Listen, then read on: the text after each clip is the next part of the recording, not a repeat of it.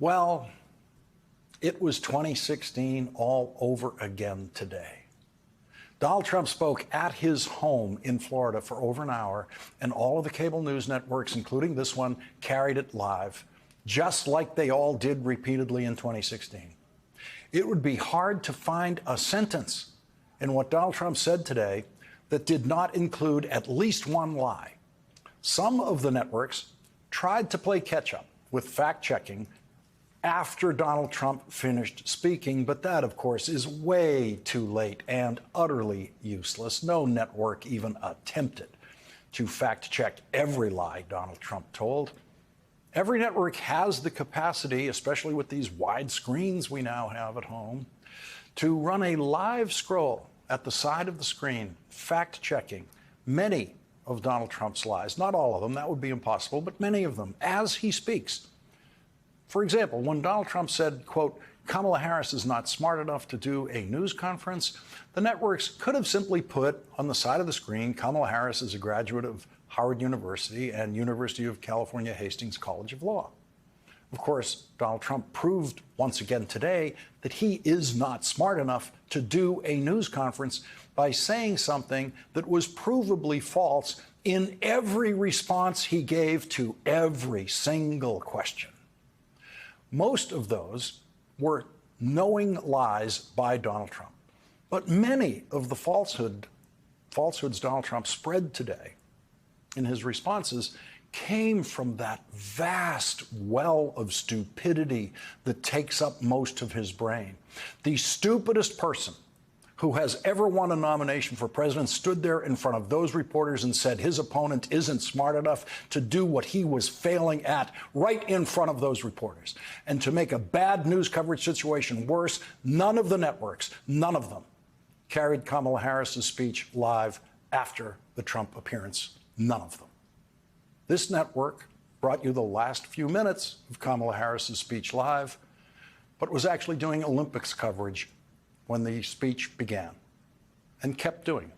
And so, as a first order of business in this hour tonight, we will correct that mistake by presenting to you in full and unedited, as if live, everything that Kamala Harris said today in her speech in Michigan, which all of the networks knew was coming.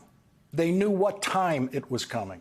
They knew how to cover it live, and they didn't, after giving Donald Trump more than an hour of live coverage on all of their networks. It's 2016 all over again. The same mistakes are being made. I have never seen an industry slower at learning from its own stupid mistakes than the American news business. And you cannot expect them in the next 89 days to figure out what they haven't been able to figure out in 9 years, how to cover a Trump for president campaign. One of the Harris-Walz campaign slogans now is, we're not going back. But we just went back today. We went back 9 years in the press coverage of the campaign, the media coverage. Donald Trump gets credit from the people he lied to today for lying to them. They appreciate it. Reporters understandably and incorrectly believe that the most important thing a candidate can do is answer their questions. But they don't know what an answer actually is. Words spoken after their question marks are not necessarily answers and are never answers when they come from Donald Trump. There are rumblings in the news media now about Kamala Harris as a presidential candidate not doing what Donald Trump did today, stand up in front of reporters and take their questions. And some of the tinier minds in the news media continue to give credit to Donald Trump for standing up and lying in response to every single question they ask. A lie is not an answer. Donald Trump never answers reporters' questions, never.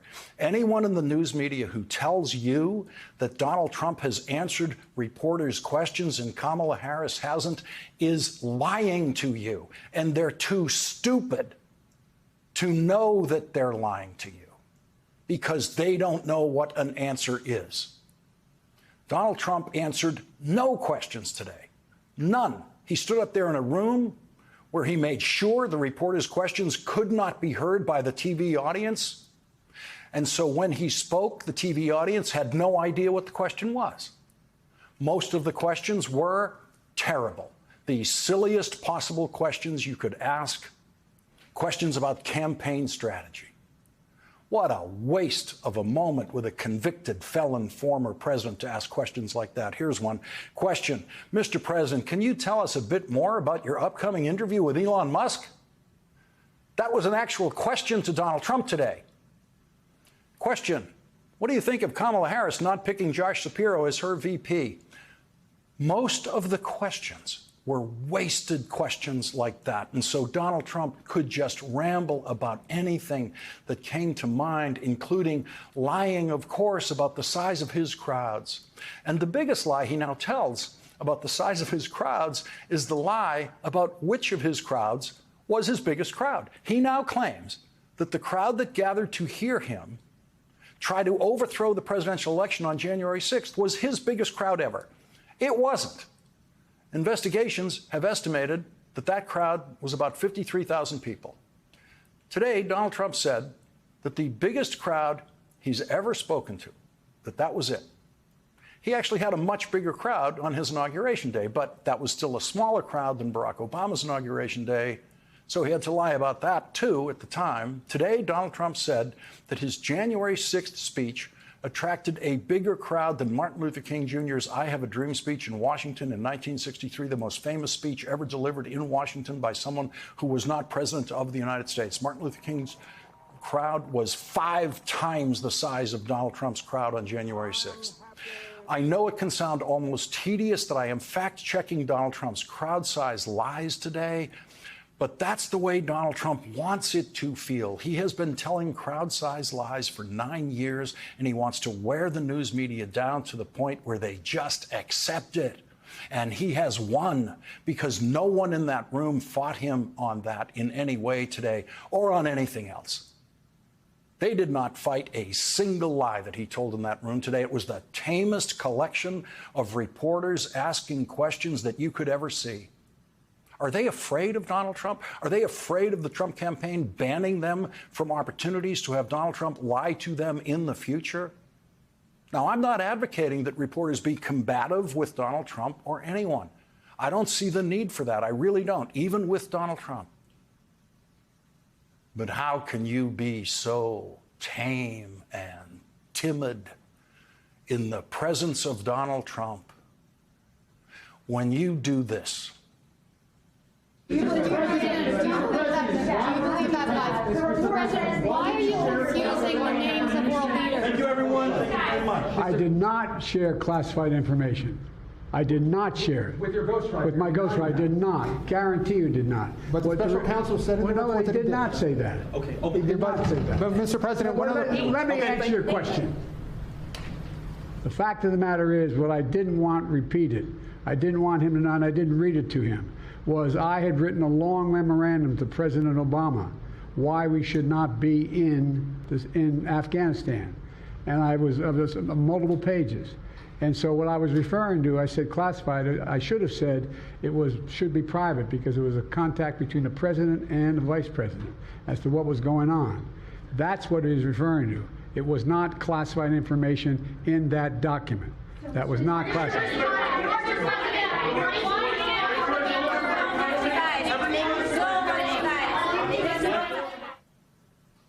Donald Trump did not hear that sound today. He did not hear that screaming. If Donald Trump gets back in the White House, he will never hear that sound from those people, never. If Vice President Harris stands in front of those same reporters, do you think they will be as tame and reserved and polite as they were with Donald Trump today? Or will it look like this? The president, I can tell you, has seen a neurologist 3 times, as it's connected to a physical that he gets every year that we provide to all of them. It's a very basic, direct question. Wait. Hold on. Wait a second. 8 times, or at least once, in regards to the president wait. specifically. Hold on a second. That's what you should be able to answer by this point. Wait, After no, 4 days of no. reporting about it. No, wait a minute. Ed, please. A little respect here, please. So every year, around the president's physical examination, he sees a neurologist. That's 3 times, right? So I am telling you that he has seen a neurologist 3 times while he has been in this presidency. That's what I'm saying. We should have kept that video rolling because they kept yelling at her. You're not answering the question. They were outraged. But she was actually answering the question. They don't know what an answer is. And what they were pursuing turned out to be a lie.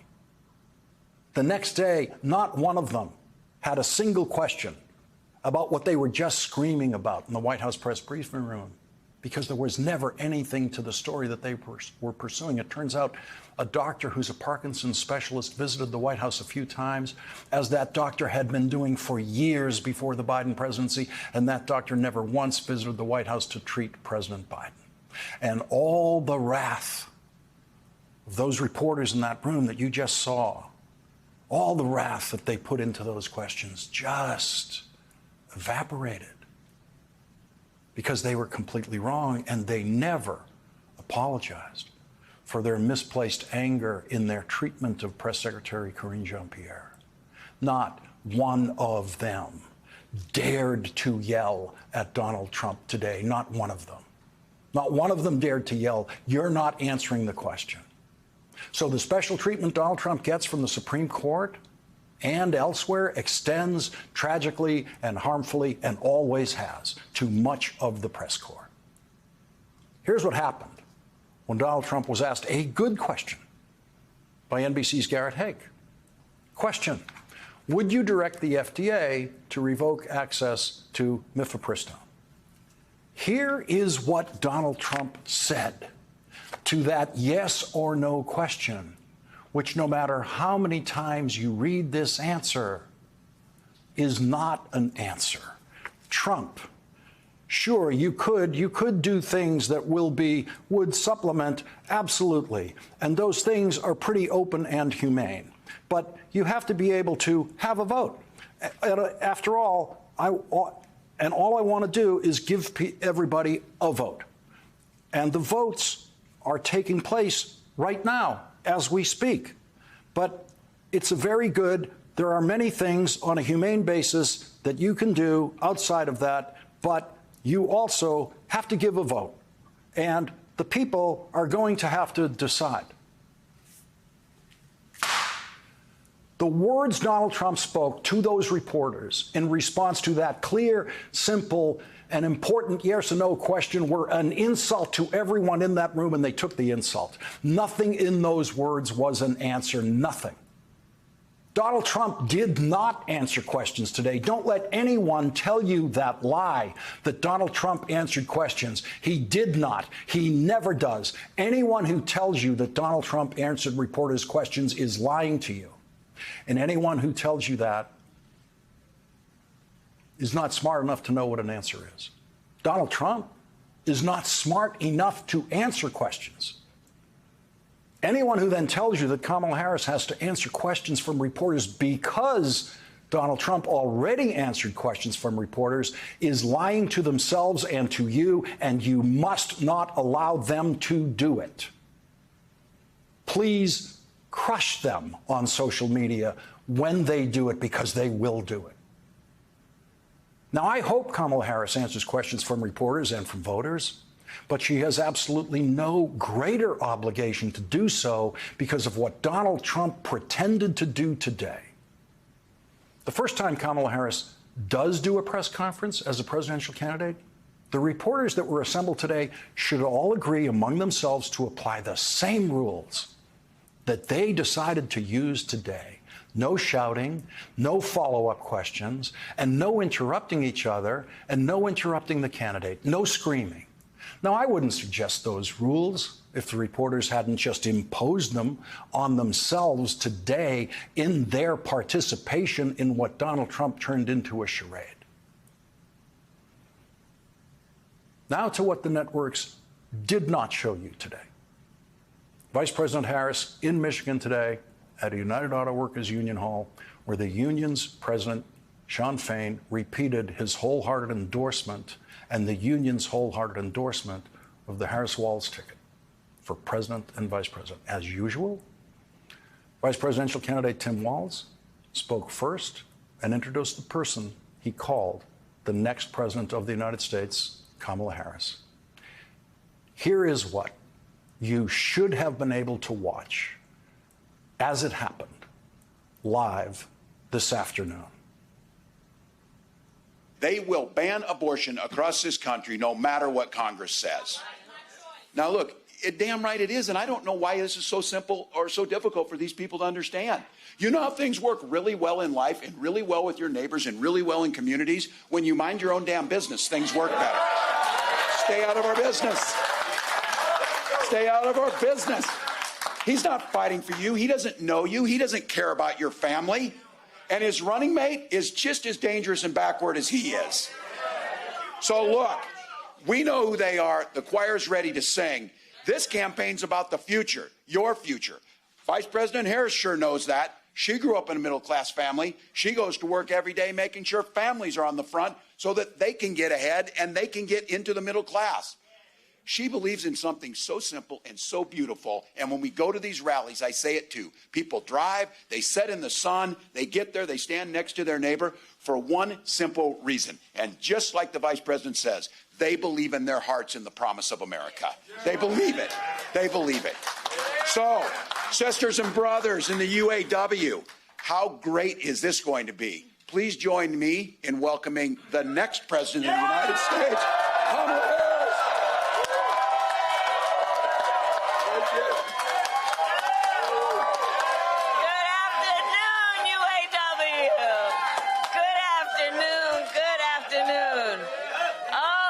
To be in the House of Labor. It is good to be in the House of Labor. Thank you. Oh, please have a seat. Please have a seat. Okay, so let me just say, first of all, can we hear it again for Tim Walz? Isn't he spectacular? You know, I have to tell people have been asking, well, what do you and Tim Walz have in common? I said, well, you know, a whole lot. You know, we grew up the same way. We grew up in a community of people, you know, I mean, he grew up in Nebraska, me, Oakland, California, seemingly worlds apart, but the same people raised us. Good people, hardworking people, people who had pride in their hard work, you know, people who had pride in knowing that we were a community of people who looked out for each other. You know, raised by a community of folks who understood that the true measure of the strength of a leader is not based on who you beat down, it's based on who you lift up. Amen. And you know, there's some perversion that's happened in our country in the last several years, where there's a suggestion that somehow strength is about making people feel small. Making people feel alone. But isn't that the very opposite of what we know unions know to be strength? It's about the collective. It's about understanding no one should ever be made to fight alone. That we are all in this together. You know why I fought my entire career for unions and labor? Because I understand the concept and the noble concept behind collective bargaining. And here it is. Here it is. Fairness. Fairness. It's about saying, hey, in a negotiation, don't we all believe the outcome should be fair? I mean, who could disagree with that? The outcome should be fair. It should be fair, right? But when you're talking about the individual and a big company, and you're requiring that one individual to negotiate against a big company, how's that outcome going to be fair? So collective bargaining is about saying, let the collective come together around a common experience, which at its core is about dignity and the dignity of labor. That's right. And then let the people come together to negotiate so you make the balance. And then the outcome will be fair. And isn't that what we're talking about in this here election? We're saying we just want fairness. We want dignity for all people. We want to recognize the right all people have to freedom and liberty to make choices, especially those that are about heart and home, and not have their government telling them what to do. Our campaign is about saying we trust the people. We see the people. We know the people. You know, one of the things I love about our country? We are a nation of people who believe in those ideals that were foundational to what made us so special as a nation. We believe in those ideals. And the Sisters and Brothers of Labor have always fought for those ideals. Always fought for those ideals. And we know we are a work in progress. We haven't yet quite reached all of those ideals, but we will die trying because we love our country and we believe in who we are.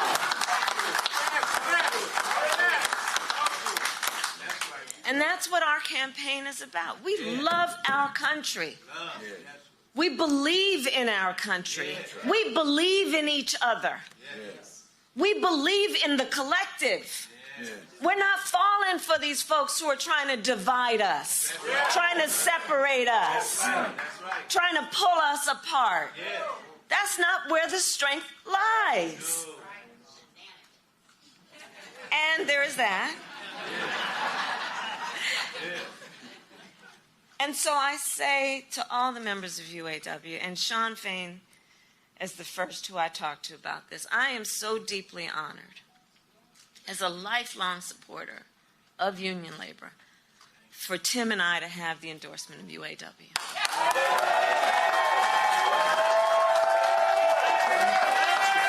So deeply honored.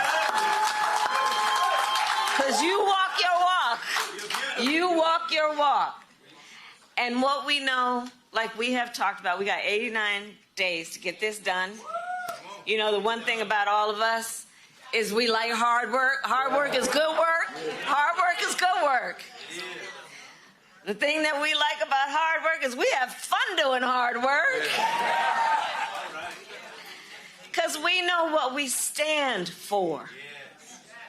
And that's a big part of this campaign. You know, when you know what you stand for, you know what to fight for.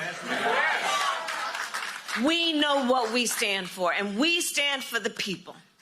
And we stand for the dignity of work. And we stand for freedom. We stand for justice. We stand for equality. And so we will fight for all of it. And the bottom line about UAW is that I also know, and I'll say to all the friends watching, look, even if you're not a member of a union, you better thank unions. That 5-day work week. You better thank unions for that 8-hour work day. You better thank unions for that vacation time. So I'm here to say thank you. Thank you. Thank you. Thank you to the sisters and brothers of UAW for all you are and all we will do over these next 89 days. God bless you. God bless you. God bless you. We won't get this done. We can't let it be 2016 all over again. We all have to continue to try to improve the way we cover this presidential campaign. That's the lesson of the day.